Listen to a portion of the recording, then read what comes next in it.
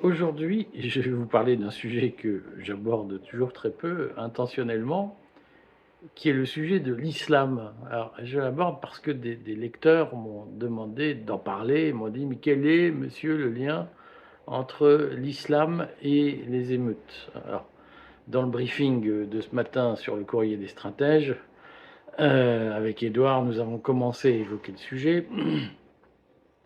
Je voudrais quand même en dire, quelques mots, de plus, quelques mots supplémentaires, quelques mots historiques parce qu'il se trouve que, pour ma part, j'ai quand même fait un diplôme d'histoire. Alors j'avais commencé une thèse que j'ai pas finie parce que je serais un très mauvais universitaire. Heu, mais j'avais commencé un diplôme d'histoire, un DEA comme on disait à l'époque, sur le conflit israélo-palestinien. Jusqu'au 15 mai 48, c'était très ciblé, hein. Heu et heu et ce travail historique m'avait amené à faire des travaux qui m'ont passionné. J'avais notamment, lu tous les récits, enfin beaucoup de récits puisqu'il y en a eu énormément, beaucoup de récits francophones, ou en latin, de pèlerinage à Jérusalem. Depuis, je la nuit des temps, j'allais dire.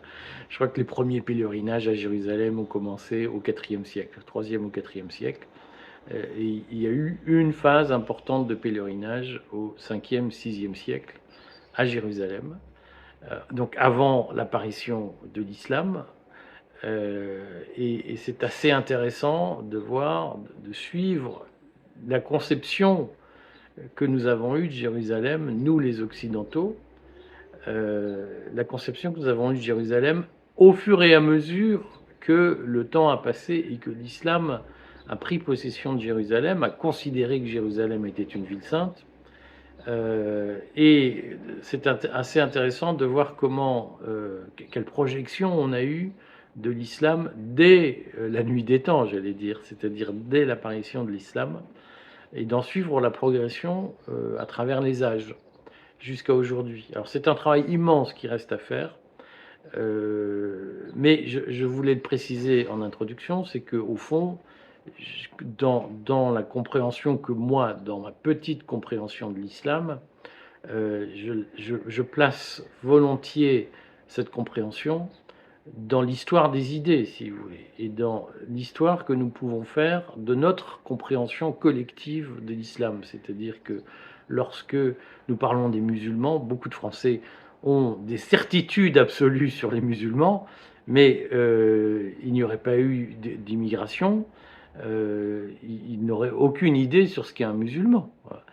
Donc les certitudes, et beaucoup de Français ont des certitudes sur l'islam, alors qu'ils vivent relativement loin de communautés musulmanes. Ils ne mettent jamais les pieds dans une banlieue où sont concentrés beaucoup de musulmans, et au fond, ils n'ont jamais lu le Coran, ils savent pas de quoi ça parle, et souvent, ils ont une compréhension limitée de ce qu'est le christianisme, et donc tout ça fait que, une grande partie de notre compréhension de l'islam, de notre vision de l'islam aujourd'hui, elle est liée à l'histoire de notre approche, à l'histoire collective de notre compréhension de l'islam, et certainement pas à des expériences concrètes individuelles, si vous voulez. Donc il y a une fabrique du musulman, de l'image de l'islam en Europe, particulièrement en France, qui a été façonnée par tout ce que vous savez, mais qu'on peut passer en revue rapidement. Mais il y a une histoire de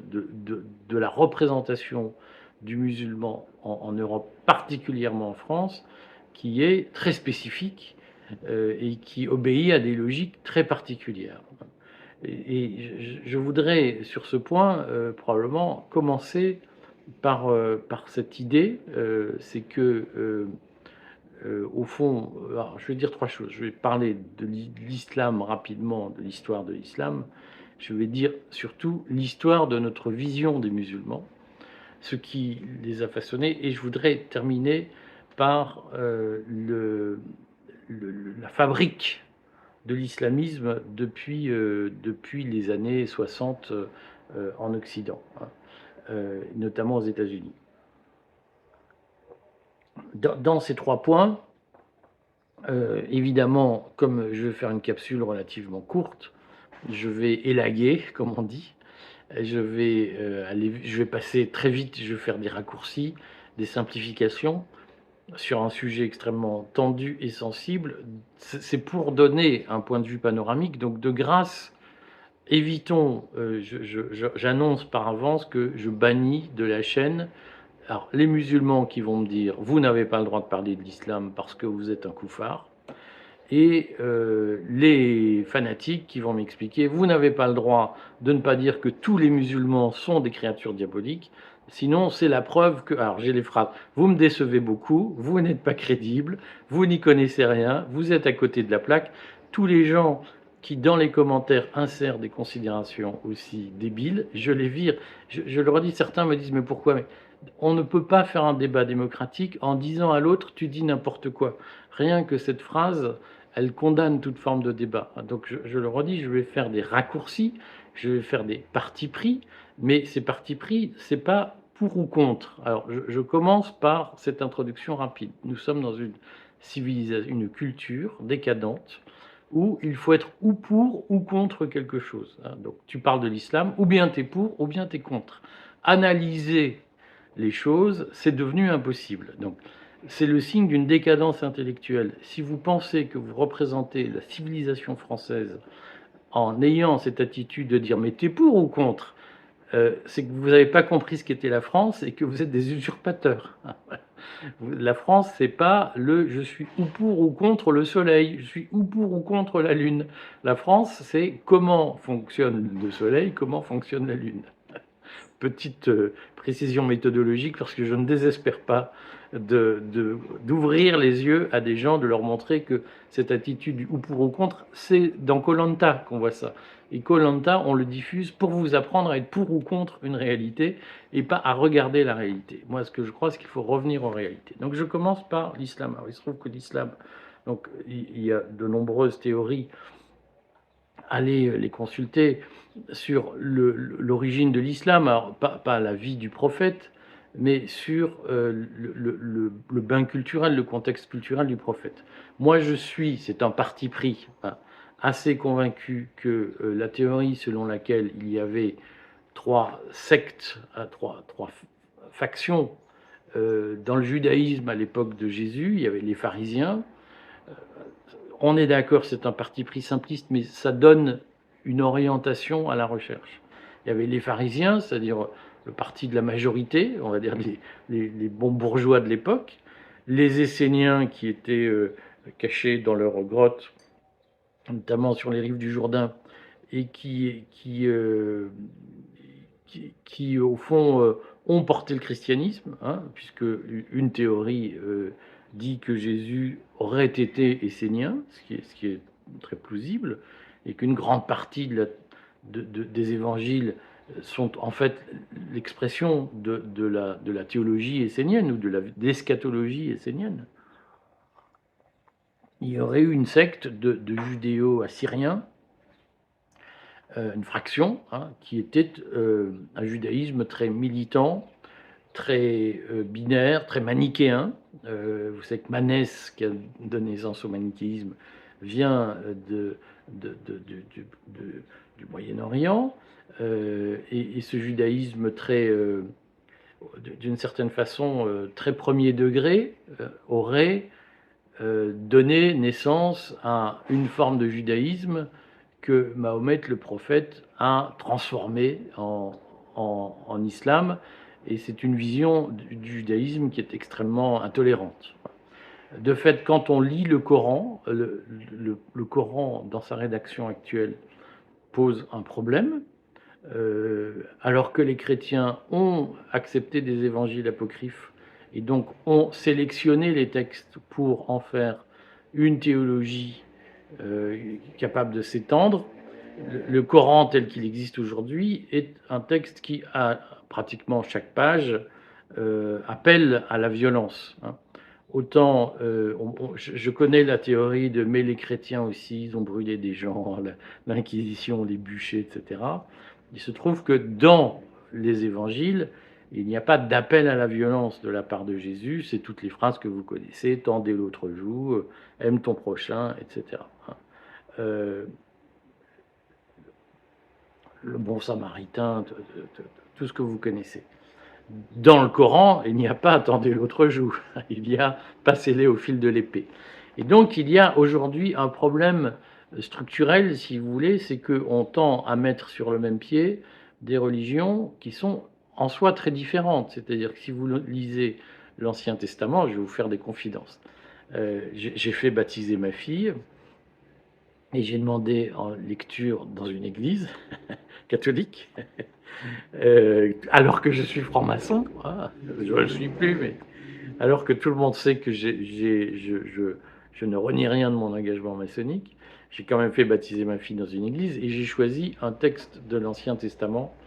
Je l'ai choisi moi-même parce que les textes qui étaient proposés ne me convenaient pas. Donc j'ai choisi un texte qui vient du livre des rois de mémoire et qui est l'histoire du mot de passe Chibolette et du passage du Jourdain après une bataille entre factions du judaïsme de l'époque. Et si vous voulez, c'est assez impressionnant. C'est qu'effectivement, quand vous lisez l'Ancien Testament, il est rempli de violence et de haine. Et l'Ancien Testament, il est aussi l'expression d'un judaïsme pharisien relativement intolérant, comme le Coran. Les évangiles sont, eux, remplis, sont une vision, essénienne, une vision très alternative qui bannit le mal. J'insiste, je connais par avant. Ça ne veut pas dire que tous les chrétiens sont gentils, ça ne veut pas dire que les catholiques sont des gens bien, ça ne veut pas dire que le catholicisme est une religion de tolérance par principe. Je dis simplement que dans les évangiles, on ne trouve pas d'appel à tuer les non-croyants. Jésus ne dit pas ça des non-croyants, il dit qu'il faut les convertir, il faut leur apporter la bonne parole, angelo, l'évangile, mais il n'appelle pas à les tuer. Donc il y a effectivement dans l'islam une forme que moi je crois être une forme de judaïsme qui est extrêmement intolérante et extrêmement violente. Mais c'est pas inintéressant cette théorie selon laquelle l'islam serait né d'une secte, d'une lente évolution d'une secte juive réfugiée sur la péninsule arabique.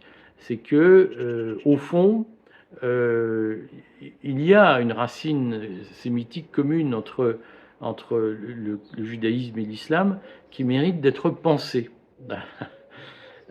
Et donc, de ce point de vue, on a un problème structurel, c'est que, effectivement, dans la religion musulmane, l'approche de l'autre, la conception de l'autre, elle est antagoniste. Autant le christianisme a toujours dit d'aimer son prochain, autant l'islam ne l'a pas dit en tant que tel, ou en tout cas l'a mélangé à des idées extrêmement violentes de suppression de toute forme d'incroyants, de koufars, qui seront un sujet, qui sont un sujet dans la compréhension ontologique, j'allais dire, du monde. Ça, nous sommes d'accord. Maintenant, l'islam tel qu'il est né dans la péninsule arabique, dans l'Arabie saoudite actuelle, vous le savez, et il s'est répandu. Et se répandant, il s'est métissé avec des populations extrêmement diverses et aux sensibilités très différentes selon les lieux.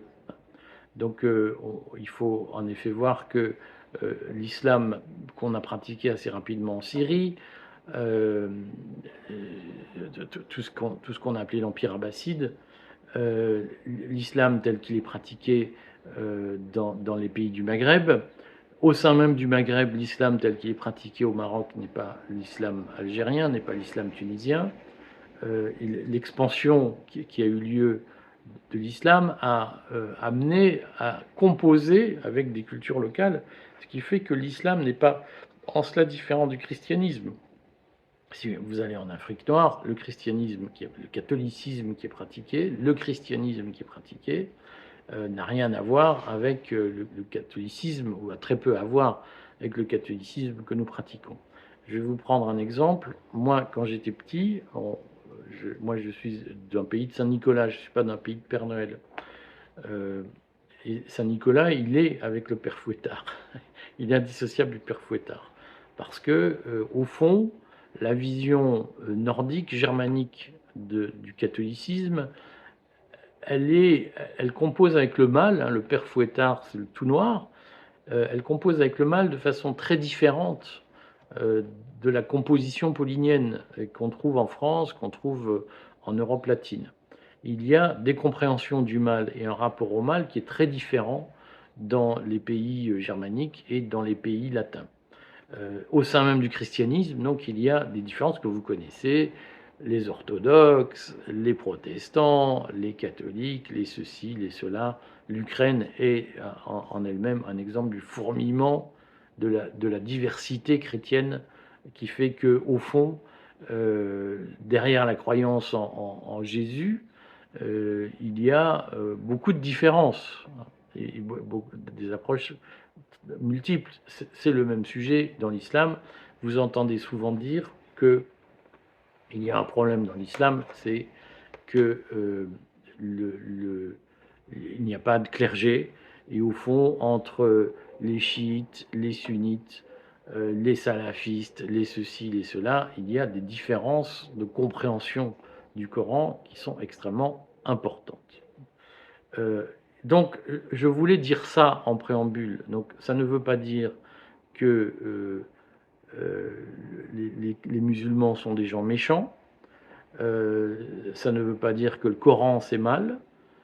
Et ça ne veut pas dire que nous sommes des gens bien. Ça veut dire que factuellement, il y a des différences théologiques majeures et des différences d'approche de l'autre majeures entre le christianisme et l'islam, et que il faut savoir le noter. Voilà. Donc là, j'ai déjà les musulmans qui me tombent dessus. Il y a déjà une fatwa sur ma tête.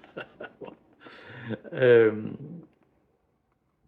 je voudrais dire que ce faisant, hein, dans cette complexité, ce que nous savons de l'islam et ce que nous vivons de l'islam, en réalité, n'est pas n'est pas forcément lié à l'islam elle-même. Elle est liée à la représentation que nous faisons de l'islam et à la longue histoire de notre rapport à l'islam, qui est en réalité très différent de ce qu'il y a dans le Coran. Et donc je commence ma partie, si vous voulez, sur comment on a façonné l'image du musulman en Occident. Alors, en fait, je vais faire quelques rappels extrêmement simples. Donc, effectivement, moi qui ai pratiqué, y compris des incunables du Moyen Âge, c'est très émouvant de toucher des incunables. Les incunables, c'est ces livres, ces originaux écrits par des moines au Moyen Âge. Hein, et donc, quand vous lisez ça, c'est très impressionnant. Il y a quelque chose dans ces livres. Donc, moi, pour avoir pratiqué pas mal la littérature de récits de pèlerinage à Jérusalem, incontestablement, il y a eu au début de l'islam une fascination des chrétiens pour la civilisation islamique, en grande partie parce que l'Occident est alors en situation très austère, en situation de crise économique. On sort de l'effondrement de l'Empire romain d'Occident. Hein. On rappelle que l'Empire romain a continué jusqu'en 1453 avec la chute de Constantinople. Constantinople était la capitale de l'Empire romain d'Orient, mais Empire romain quand même. Et je veux quand même vous en faire quelques-unes pour la route parce que c'est pas toujours clair pour tout le monde. Et que lorsque l'Empire romain d'Occident s'est effondré, en réalité de l'autre côté de la Méditerranée, c'est-à-dire autant à Constantinople que dans ce qu'on appelle le Proche-Orient aujourd'hui, a rayonné une civilisation qui, pour les Occidentaux, était extraordinaire. Mais assez vite, les relations avec les musulmans se sont tendues et au fond, les chrétiens ont commencé à comprendre, c'est l'origine des croisades, ont commencé à comprendre un fait qui nous gouverne encore aujourd'hui et qui structure encore aujourd'hui notre angoisse face à l'islam. C'est-à-dire que l'islam, les Européens, beaucoup plus que les Américains, pour des raisons que je vais essayer d'expliquer, les Européens ont une angoisse face à l'islam. Pourquoi? Parce qu'ils ont vu l'islam grand remplacer le christianisme. C'est-à-dire qu'on rappelle les échéances, c'est-à-dire que de mémoire c'est 312, la victoire de Constantin qui fait de lui l'empereur d'Orient, et c'est 323 de mémoire, l'instauration du christianisme comme religion officielle dans l'Empire romain, surtout d'Orient, mais dans l'Empire romain. Donc, au tournant des années 320, le christianisme devient une religion dominante. L'Empire d'Occident s'effondre, et ça veut dire que les Occidentaux, qui sont très loin d'être christianisés, comme on le dit aujourd'hui, on rappelle que la première église catholique construite dans le centre de Rome, pas au pourtour, le Latran comme Saint-Pierre sont des églises du pourtour. La première église catholique construite dans le centre de Rome, elle date du XIIe siècle de mémoire. Ça veut dire que pendant 10 siècles, la noblesse romaine a résisté au christianisme. Donc on est très loin des grands fantasmes, tout le monde s'est converti, ça a rayonné, tout le monde croyait en Jésus. C'est pas vrai, là, ça s'est pas passé comme ça. Mais donc, ce qui est assez intéressant, si vous voulez, c'est de voir que en Occident, assez rapidement, les chrétiens se sont dit, mais il y a une nouvelle religion qui pourrait nous remplacer, qui s'appelle l'islam, qui considère que Jésus est un prophète et non pas le Fils de Dieu. Et l'islam est aussi une religion totale, si vous voulez, holiste, comme le christianisme, c'est-à-dire que l'islam prétend gouverner la société et prétend avoir un modèle de société. Et ça, c'est évidemment un sujet d'angoisse pour les chrétiens qui se disent, mais Jérusalem, qui est là où Jésus nous a sauvés, Jérusalem peut avoir une vie après les chrétiens, qui soit une vie musulmane. Et donc, ça va être l'enjeu ontologique, si vous voulez, des croisades, que de dire nous ne pouvons pas ne pas résister à l'islam. L'islam est une menace pour nous, par principe. Et le grand antagonisme entre chrétiens et musulmans, en Occident, il naît avec cette angoisse que le monde chrétien disparaisse. C'est-à-dire que ce qui structure l'Occident, une fois l'Empire tombé, une fois l'Empire d'Occident tombé, ce qui va structurer l'Occident, c'est le christianisme. Et l'idée que le christianisme puisse disparaître est une menace existentielle pour les structures étatiques du Moyen-Âge, enfin du haut Moyen-Âge. Donc, il va y avoir l'idée qu'il faut partir en croisade contre l'islam pour sauver l'Occident. C'est là que se noue l'antagonisme entre le christianisme et l'islam, et on voit bien aujourd'hui que l'idée que l'islam soit un péril mortel pour la civilisation chrétienne nous domine encore. Quand je lis les commentaires, je vois que cette idée-là a persisté, elle a 12 siècles. Ce serait une erreur de croire, cela dit, que cette idéologie, cette idée d'antagonisme ait dominé complètement l'Occident de l'époque. Alors il y a un historien que j'aime bien, que les intégristes de l'histoire ne lisent pas beaucoup, parce que c'est une histoire très anecdotique, et l'anecdote a mauvaise réputation de nos jours. C'est Jacques Herz qui a retrouvé dans les sources de l'époque le fait qu'il y avait un commerce d'esclaves avec El-Andalus, dont Verdun, notre ville de Verdun, était la plaque tournante. Alors, El-Andalus, c'est le nom de l'Espagne envahie, occupée, conquise par les Arabes, par les musulmans, et qui sont remontés, comme vous le savez, Charles Martel, etc.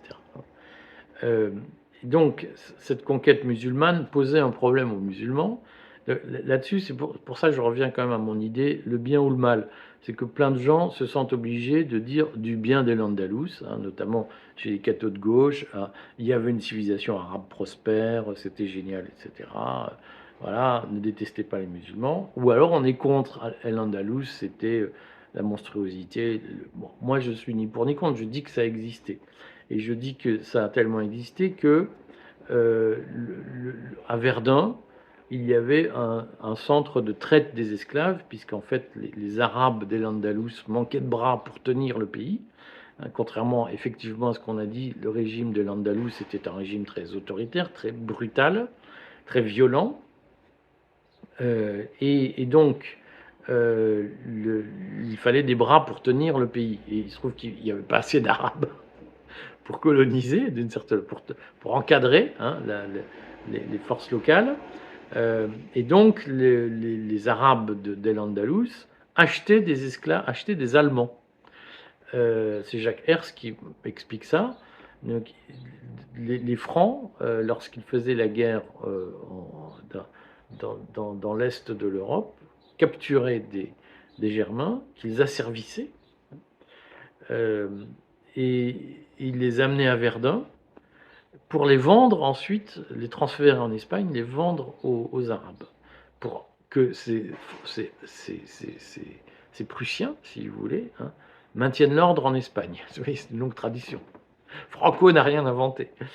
Et à Verdun, on castrait les Germains, les prisonniers germains, qui étaient envoyés en Espagne, puisqu'évidemment, il ne fallait pas qu'ils fassent d'enfants pour éviter une prolifération de la population européenne et favoriser le déséquilibre démographique qui menaçait la domination arabe en Espagne. Et il se trouve qu'à Verdun, donc la castration des prisonniers se faisait vaille que vaille, c'est-à-dire avec les techniques de l'époque et l'hygiène de l'époque. Et donc, on dit que un prisonnier sur trois mourait d'infection à l'occasion de cette opération totalement barbare. Donc, ça veut dire quoi? Ça veut dire que après que les Arabes ont essayé d'occuper la France, la France, les rois carolingiens n'avaient aucun scrupule à aider les Arabes à dominer l'Espagne et envoyer des Européens comme esclaves des Arabes en Espagne pour les aider à dominer l'Espagne. Donc là aussi, si vous voulez, il faut se garder des visions simplistes, les gentils Européens, les méchants Arabes de l'autre. La réalité a toujours été beaucoup plus complexe. Et je vous donne un autre exemple. Il se trouve que lors de la troisième croisade, en 1204, croisade lancée par les Vénitiens pour reprendre Jérusalem, lors de la troisième croisade en 1204, donc les Vénitiens décident d'attaquer Jérusalem et envoient une flotte qui passe par Constantinople. Et il se trouve que cette troisième croisade va surtout servir aux Vénitiens à affaiblir Constantinople. Constantinople qui, à l'époque, est notre rempart face à la poussée des Ottomans, hein, donc face à la poussée des Turcs. Constantinople résiste aux Turcs, est entouré petit à petit par les Turcs. Constantinople est entouré par des populations musulmanes. Constantinople est notre rempart face à la poussée musulmane. Et en 1204, qu'est-ce qu'on fait?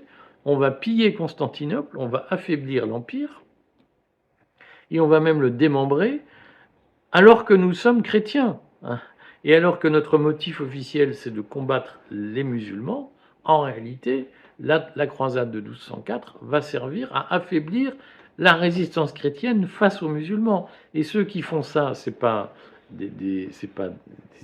des Vénitiens, hein, avec l'aide d'un certain nombre de troupes de toute l'Europe. Et en 1204, on démembre tellement l'Empire vénitien, puisque l'Empire romain, hein, d'Orient, l'Empire byzantin, comme on dit en France, on le démembre tellement qu'on crée même, avec les îles grecques, on crée un grand-duché de l'archipélage, hein, Donc de mémoire, c'est Baudouin, Baudouin de Flandre, qui attaque Constantinople, qui prend la tête des troupes qui prennent Constantinople, qui pillent Constantinople, et il donne à l'un de ses proches, qui s'appelle De la Roche, le titre de grand-duc de l'archipélage, dont la capitale est à Naxos, une île grecque, une île des Cyclades, et ce grand-duché de l'archipélage regroupe un grand nombre d'îles des Cyclades. Et on y crée là-bas un royaume occidental, au lieu d'aller attaquer les Arabes. C'était ça l'histoire. Alors c'est assez intéressant parce que quand vous allez à Naxos aujourd'hui, très belle île, la capitale de l'île qui s'appelle Naxos est une capitale tout à fait intéressante. Aujourd'hui, en 2023, allez-y, vous avez en haut de la ville la partie catholique où la famille de la Rocca, c'est-à-dire de la Roche, occupe encore une maison. Hein. Ce sont les héritiers des grands-ducs de l'archipélage. Et le bas de la ville est fait d'orthodoxes grecs. Pourquoi ça? Parce qu'il y a eu cette stratégie des Occidentaux, des catholiques de l'ouest de l'Europe, d'affaiblir les orthodoxes plutôt que d'affaiblir les musulmans arabes. Tout cela tout en disant les musulmans sont nos ennemis. Ce qu'il faut comprendre, c'est qu'il y a toujours eu une angoisse vis-à-vis des musulmans et une réelle politique au fond d'alliance avec eux pour affaiblir des chrétiens. Hein. Très régulièrement, nous les Français, nous avons été spécialistes pendant des siècles d'une politique d'alliance avec les Arabes pour affaiblir des chrétiens. Ça s'est passé comme ça. Et donc, nous sommes les héritiers de cette vision en France, historique, bien antérieure à la colonisation, où, d'une part, l'islam nous angoisse parce qu'elle signifie qu'elle pourrait nous remplacer. La théorie du grand remplacement, la peur du grand remplacement, elle ne date pas de... Je ne sais plus qui a écrit ça dans les années 2010.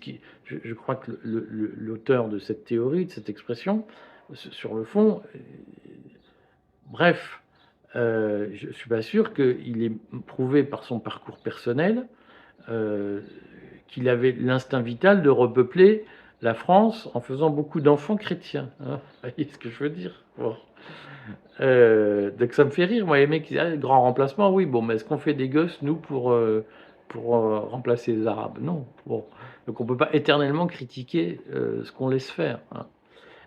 Mais donc cette angoisse du grand remplacement par les musulmans, elle ne date certainement pas des années 50, 60, 70, 80. Elle date de la prise de Jérusalem de l'islamisation de Jérusalem et de la chute de Jérusalem face à Saladin. C'est ça le sujet. Bon. Et entre-temps, nous avons toujours, en même temps que nous avions cette angoisse d'être grand remplacés par les musulmans, nous avons toujours pactisé avec les musulmans. Et on va aller jusqu'au bout, c'est-à-dire que dans cette représentation de l'islam que nous avons, elle est particulièrement exacerbée en France parce qu'il y a eu le traumatisme de la guerre d'Algérie, qui là aussi donne lieu, si vous voulez, à des visions très différentes. C'est-à-dire qu'il y a notre traumatisme à nous de la guerre d'Algérie, qui est le traumatisme de centaines de milliers de Français, de pieds noirs, qui ont été mis à la porte de l'Algérie du jour au lendemain, avec des massacres monstrueux qu'on n'a pas le droit de citer dans l'histoire officielle. Hein, quand vous voyez que très régulièrement, dès qu'il s'agit de prendre un truc sur la guerre d'Algérie, on appelle Benjamin Stora, il faudrait comprendre pourquoi Benjamin Stora fait une histoire biaisée de l'Algérie. Je vais y venir. Mais si on regarde ce qui s'est passé, si on regarde le vécu, si on essaye de comprendre la perception de l'islam par les pieds noirs et de l'affaire algérienne par les pieds noirs, on peut se dire que effectivement, il y a un traumatisme en France d'avoir vu des centaines de milliers de Français débarquer au port de Marseille avec une petite valise. Parfois, ces gens-là avaient une extraordinaire, des propriétés, des choses tout à fait, un mode de vie qui était confortable. Ils se sont retrouvés avec rien en France et personne ne les a jamais autorisés à parler de leur douleur. Ce qui pose une question, puisque au fond, je vais dire des horreurs, les Algériens vont m'en vouloir, mais je sais que la colonisation c'est mal. Maintenant, moi j'ai entendu, je vais le présenter comme ça. Il se trouve que moi j'ai entendu des Marocains me dire euh, la France, elle a colonisé l'Algérie, elle n'a pas colonisé le Maroc ni la Tunisie, et c'est bien dommage parce qu'au fond, ça nous a fait perdre à nous Marocains et Tunisiens du temps. C'est que la France a projeté l'Algérie dans la modernité par la colonisation, alors qu'elle a protégé le Maroc et la Tunisie, et qu'au fond, le Maroc et la Tunisie sont arriérés par rapport à l'Algérie. Euh, et donc la colonisation a été, bien entendu, méchante, on est d'accord, mais elle a été aussi un bien dans la mesure où elle a profondément modernisé l'Algérie, ou en tout cas lui a donné la possibilité de se moderniser. Et là-dessus, on a, comme toujours, le Saint-Nicolas et le Père Fouettard, on a un mal pour un bien, et d'une certaine façon, cette, cette histoire nuancée, je veux dire comme ça, d'Algérie, elle est interdite en France parce que euh, c'est un parti qui a gagné et qui humilie l'autre. Et nous devrions pouvoir dire aussi les bienfaits de la colonisation d'Algérie, et nous devrions pouvoir parler de la douleur des pieds noirs qui ont été chassés du jour au lendemain avec rien. Donc ce traumatisme-là, bien entendu, qu'il concourt à ajouter à l'antagonisme historique entre musulmans et chrétiens en France, nous sommes bien d'accord. Mais maintenant, je voudrais quand même dire précisément, parler, évoquer, je regarde le temps, excusez-moi pour être sûr de ne pas trop vous prendre votre temps à vous, je voudrais dire qu'il y a un sujet aujourd'hui qui est la fabrique du musulman contemporain. Oups, on va essayer de ne pas couper. Voilà. Il y a une fabrique du musulman contemporain qui est là aussi interdite, qu'on n'a pas le droit d'évoquer dans la presse officielle, mais qui, de mon point de vue, structure le débat aujourd'hui sur l'islam en France. Probablement plus que la guerre d'Algérie, probablement plus que les incivilités commises par des jeunes qui se réclament de l'islam, en tout cas qui disent je mange pas de porc et je t'emmerde sale français, ce que j'ai connu dans mon quartier, qui arrive de moins en moins. Il y a une histoire de la fabrique du musulman.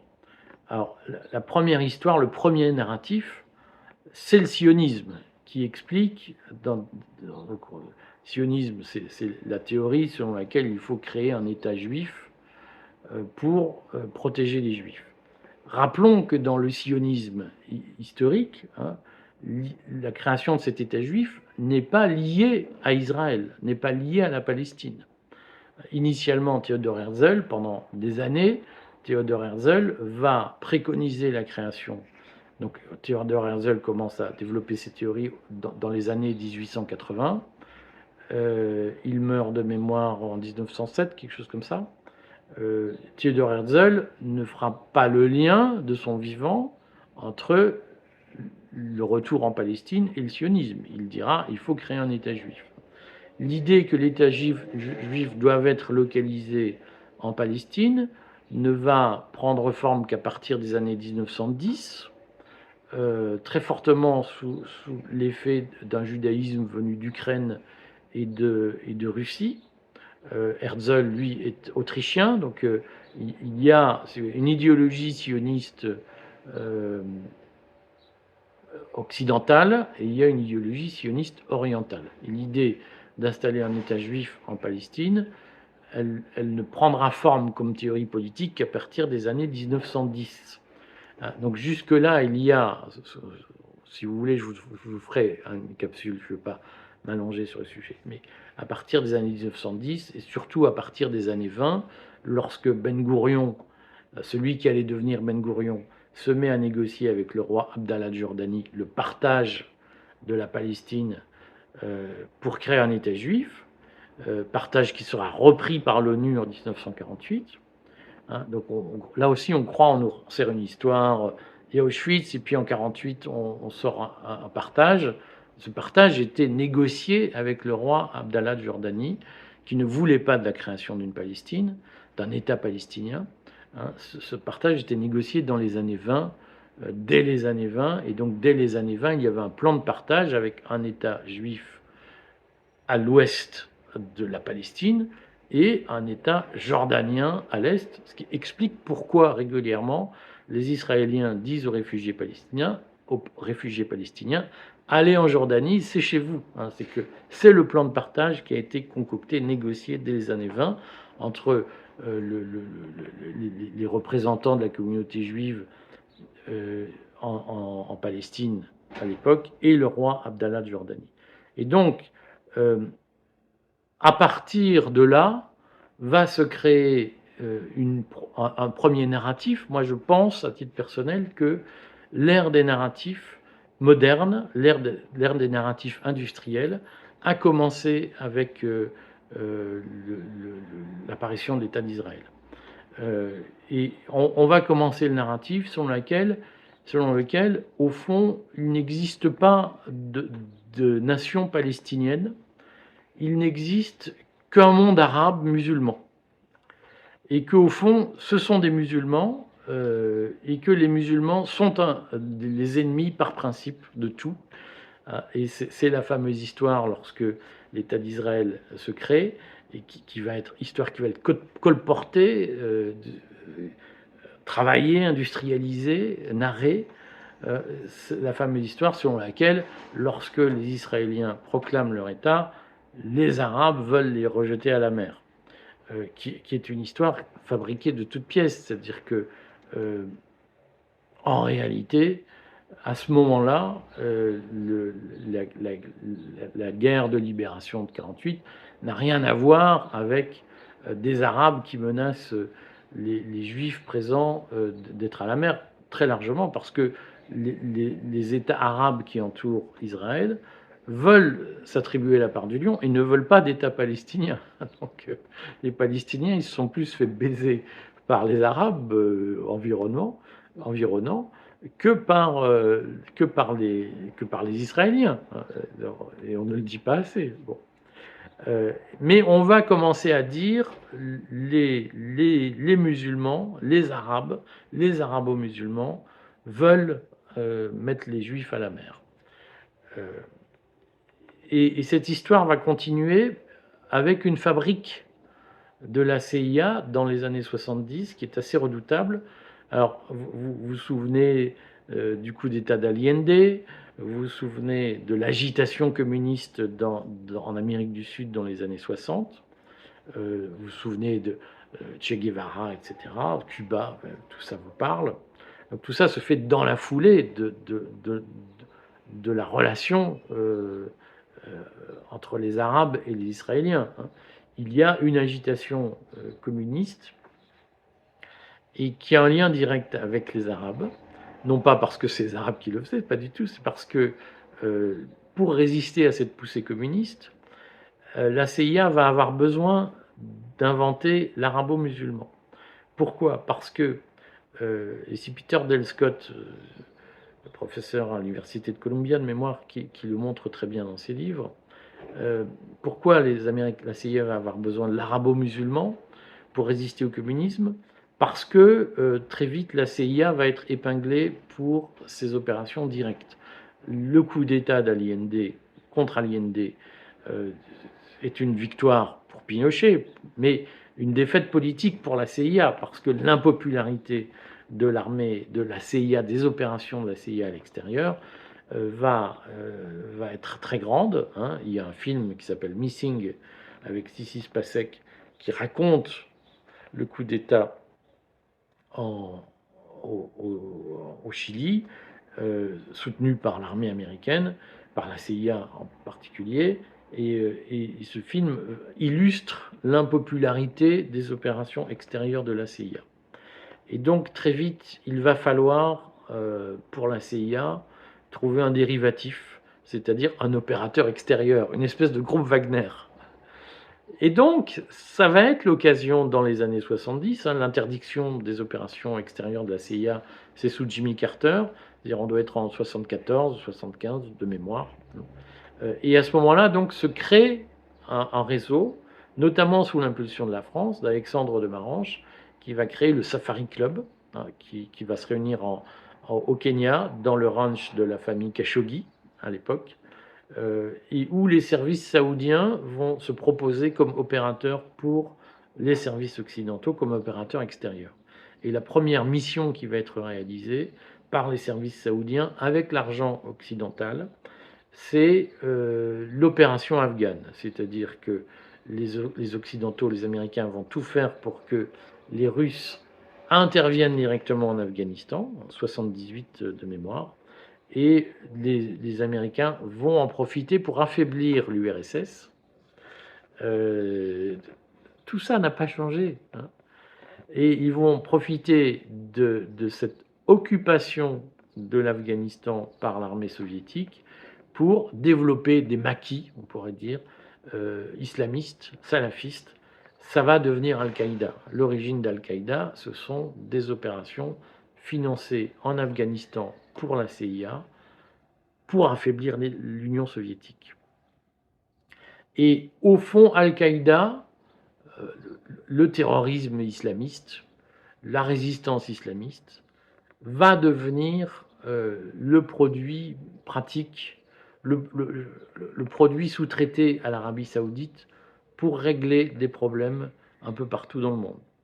Et donc on va fabriquer un ennemi islamiste, on va fabriquer un ennemi musulman qui va se faire des attentats chez nous parce que ça justifie la diabolisation du musulman dont nous avons besoin, dont l'appareil militaro-industriel américain a besoin pour produire des armes. Hein. Si on envahit l'Irak, à un moment donné, sous prétexte de combattre le terrorisme musulman, on est allé en Irak. S'il y avait bien un mec qui était non musulman, c'était Saddam Hussein qui était à la tête d'un parti laïque. Hein. On oublie de dire quand même que le parti Baas qui a dominé l'Égypte, la Syrie et l'Irak était un parti laïque de résistance aux musulmans. Donc quand le complexe militaire-industriel, vous savez, a inventé les armes de longue portée, les canons, en fait, pour justifier une guerre en Irak, et tout ça au nom de la lutte contre l'ennemi musulman, ce qui était une connerie manifeste, enfin, c'était une imposture, évidemment, un fake, une fake news. Hein. On a besoin, donc l'ennemi musulman, si vous voulez, il sert à plein de trucs. Et il sert à justifier des guerres, il sert à, je prends un exemple, les printemps arabes. Il se trouve que tous les États qui ont fait l'objet d'une opération téléguidée de printemps arabe, et j'intègre la Libye, étaient des États où, au fond, l'islam était sous tutelle d'un pouvoir laïque. Et dans tous ces pays, on a remplacé des pouvoirs laïques, des gouvernements laïques, par des gouvernements sunnites alliés de l'Arabie saoudite. Tiens, comme c'est bizarre. Y compris la tentative de renversement de Bachar el-Assad en Syrie, était une opération destinée à remplacer le pouvoir laïque en place par un régime sunnite soutenu par des mouvements terroristes. Al-Nusra était un mouvement terroriste.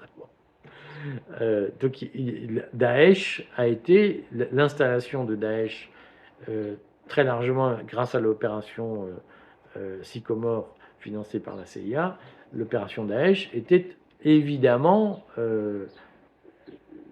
une opération destinée à fixer les musulmans les plus fanatisés sur un territoire plutôt que de les avoir répandus un peu partout dans le monde. Donc il y a eu une stratégie américaine qui s'est très largement appuyée sur le développement des mouvements islamistes, hein, au risque de polluer les régimes occidentaux ou de les déstabiliser, ou qui a permis de les déstabiliser au bon moment, ou de favoriser certaines lois sécuritaires au bon moment. Et donc, ce qu'il faut comprendre, c'est que structurellement, la création de l'arabo-musulman terroriste, la création de l'arabo-musulman danger pour nous, est aujourd'hui une arme de géostratégie.